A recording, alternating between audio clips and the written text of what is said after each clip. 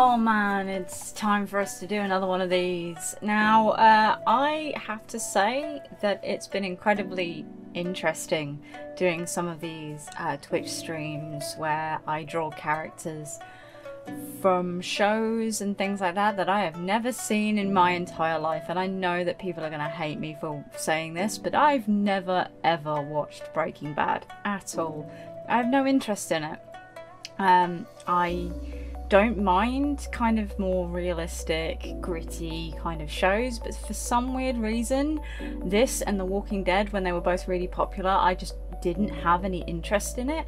I think it's because when it comes to the side of The Walking Dead, I'd already read the comics at this point, so I wasn't particularly interested. And when it came to Breaking Bad, I don't know, just it didn't interest me at all, and to be honest, it still doesn't interest me at all. However, I was incredibly grateful to Snowlock, who requested this drawing and also this video.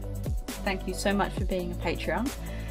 To draw this character from the series. Now, as I said, I've never really seen the show. I literally, the most that I've seen of this character is when Snowlock said, hey, I would like you to draw this character with this number on your little grid at the bottom right hand side of the screen. And I went, ah, I need to go research who this is. I literally drew up a load of pictures and went, I can draw this person. It's not going to be realistic in the slightest because I have never been very good at realism. I probably could be if I drew every single day, but I'm one of those people who has been told her art is so rubbish so much over the years that I just think it is. So I do this for fun now. So what I'm going to do is I'm going to just have a quick chat with you about what I found out about the character from Wikipedia, and I'm going to take you through it as I do with a lot of my other things, and I'm going to make comments on it because that's the only way I can really do these videos. So as you probably all know, the character I'm drawing today is called Gustavo Fring, also known as Gus, which is a pretty cool name. I'm sorry, whenever I see the name Gus, I think of that little mouse in Cinderella, the little tubby one that we essentially follow from the very beginning of the film all the way to the end. So like, Gus is that mouse that you get introduced into the world of Cinderella with, and that's kind of the audience's character. So unfortunately, originally I couldn't take this seriously, but I have changed my tune. So and he is portrayed by, now I'm going to butcher his name because I am terrible at names, even if they're English, so bear with me here. Giancarlo Esposito, I think. I know him as Moff Gideon in Breaking Bad franchise, serving as the main antagonist for the crime drama series and a major character in its prequel Better Call Saul. He is a Chilean-American businessman and a major narcotics distributor in southwestern United States who uses several legitimate businesses, including a chain of successful fast food restaurants called Los Pollos Hermanos. Wait, I said that wrong. Los Pollo Hermanos. Oh my god. I'm just remembering a TikTok that I used to love. I've lost it now. It's still in my favourites, but you know what favourites are like. You favourite things and then you're like, oh no, I've lost it. I'm just like, fajita de pollo. And that's where this comes from, or it should be where this comes from. So yes. But it's a series of restaurants called the Chicken Brothers, which I'm assuming is very, very similar to KFC, but with a Mexican kind of twist. Again, I don't know. Never watched this series in my life. So I'm just making an educated guess. Probably poorly educated guess, but please bear with me for that reason. And he also runs industrial laundry facilities called Lavanderia Brillante, Bright Laundry, which he uses as fronts to launder money for his vast drug operation, which, you know, you assume that that's the kind of things that people do when they're in power and dangerous. It's also, that kind of reminds me of the American sweets shops in London. That's a whole rabbit hole if you want to have some fun looking into those. So yeah, if you have an afternoon that you feel you need to waste, is it really wasted if you're doing something fun and interesting and then scaring the shit out of yourself? I don't know, but you know, if you want to laugh of the terrified type, then you might like to look into the American sweet shops in the UK of London.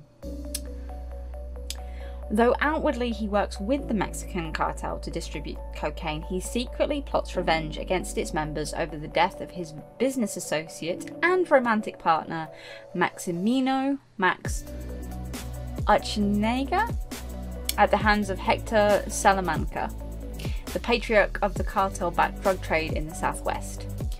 To become independent of the cartel's cocaine, he constructs a secret lab under an industrial laundry to manufacture methamphetamine. Okay, so it's kind of cool that this is a gay character. I fully support gay rights, being of the bisexual persuasion myself, but I also, however, am very happy to support gay wrongs, as the joke goes, because I do get fed up of seeing LGBTQ plus people only being good guys, because we can be terrible people as well. That's something that really bugs me, but we're not going to go into that because I will go on a whole rant of a tangent which has nothing to do with this character, unless it does, and I'll find out as we go along, really, won't I? Fring was created as a character to replace that of Tuco Salamanca, played by departing actor Raymond Cruz during the second season of Breaking Bad. Gus, as a stoic businessman, was created to be opposite to that of the chaotic Tuco and act as a foil to Walter White. The character has received high acclaim, and Espito's performance in the role has earned him several nominations and awards. Of course it has, he's a great actor. Admittedly, I liked him, what I've seen of him in The Mandalorian, but he does seem very good. I do want to play Far Cry 6. I know he's in that. I want to see that's good. He was very good in the they did an Amazon series. If you have Amazon Audible, probably shouldn't, because you know we all think Amazon's the devil, or we don't. That's another list of things. But if you have Audible, it's free. It's on there. You can listen to it. He's very good with that. Really enjoyed listening to that. I do need to do a review on that series, but that, again, is beside the point. Gustavo Fring is named after the former German international footballer Torsten Frings.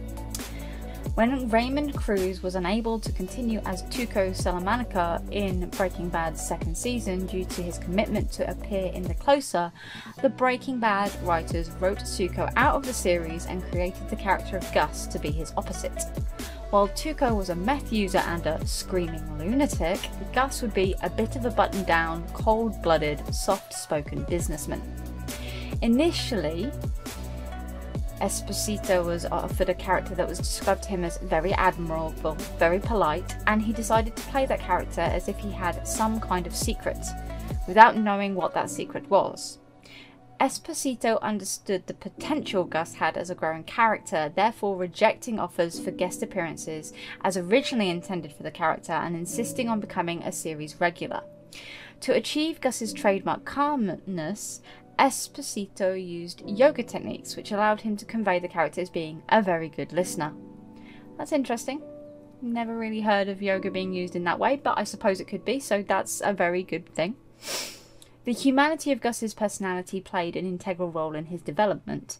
The loss of Max, his boyfriend, contributed to Gus's evolution into a ruthless criminal. He stops at nothing to avenge Max's death, including the gradual killing of Hector's entire family. So a man after my own heart. The loss of Max also cultivated Gus's desire to create a new family by empowering his meth empire as well as the chicken restaurants. Moments before dying, Gus manages to calmly adjust his tie even after having half of his face blown off. Oh, Jesus Christ. Esposito saw it as an important gesture of when a person goes to what they've always done to be complete in his leaving this world. Aww. Gus's popularity as well as his importance to the series' development made room for possible flashback type appearances in future episodes, but that idea did not come to fruition until 2017 when Gus was brought back for the third season of Better Call Saul. When conceiving the story for El Camino, I'm sorry, I had to take a second there. Admittedly, that's probably not how it's pronounced. Camino is just Star Wars all over, so he kind of had a link to Star Wars without realising it.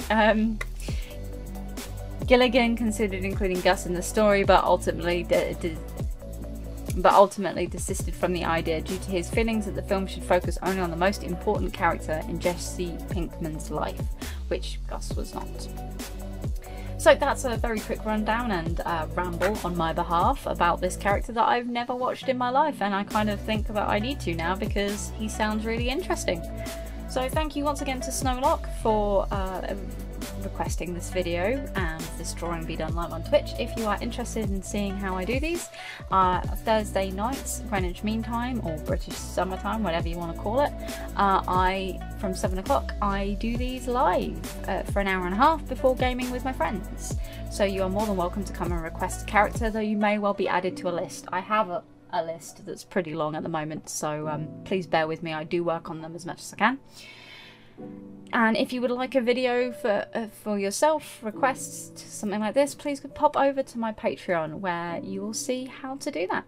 Thank you so much, everybody. Take care, have fun, and I will see you next time. Goodbye.